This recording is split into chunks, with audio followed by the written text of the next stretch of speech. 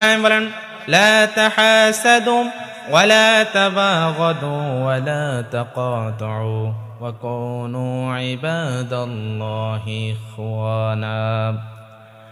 রব্বুল আলামিন বলেন ওয়ালা তাহাসাদু, তোমরা পরস্পর হিংসা করো না, ওয়ালা তাবাগাদু, তোমরা বিদ্বেষ করো না, মারামারি করো না, ওয়ালা তাকাতু, তোমরা পরস্পর আত্মীয়তা ছিন্ন করিও না, সম্পর্ক ছিন্ন করিও না, ভাই ভাইয়ের সাথে কথা বলা বন্ধ করিও না, ভাই বোনের সাথে কথা বলা বন্ধ করো না।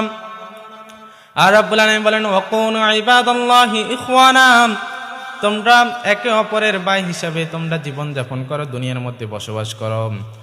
আল্লাহ রাব্বুল আলামিন এই আয়াতের মধ্যে প্রথমে বললেন লা তাহাসাদু, তোমরা পরস্পরে একজন আরেকজনের সাথে হিংসা করো না।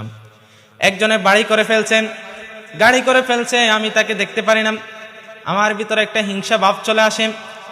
আবার আমার ভিতরে হিংসা ভাব আসে, আমার বাড়ি গাড়ি হয়ে গেছে, আমার ঘর দালান হয়ে গেছে, আমার গাড়ি হয়ে গেছে, আমার টাকা পয়সা হয়ে গেছে, এই জন্য আমার ভিতরে একটা হিংসা কাজ করে, আমি মানুষকে মানুষ মনে করি না, এটা রিয়া হয়ে যায়, যেটাকে অহংকার বলা হয়। এজন্য অহংকারী হিংসুককে রব্বুল আলামিন এই দিনে ক্ষমা করে না।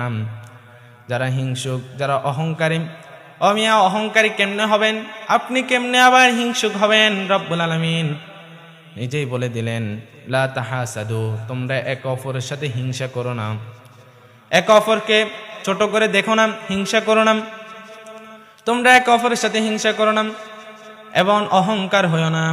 অহংকার তো হলো আল্লাহর একটা ইজ্জত, আল্লাহর একটা নামের মধ্যে আছে অহংকারী, তিনিও হলেন অহংকারী। এই জন্য অহংকার মানুষের দ্বারা হতে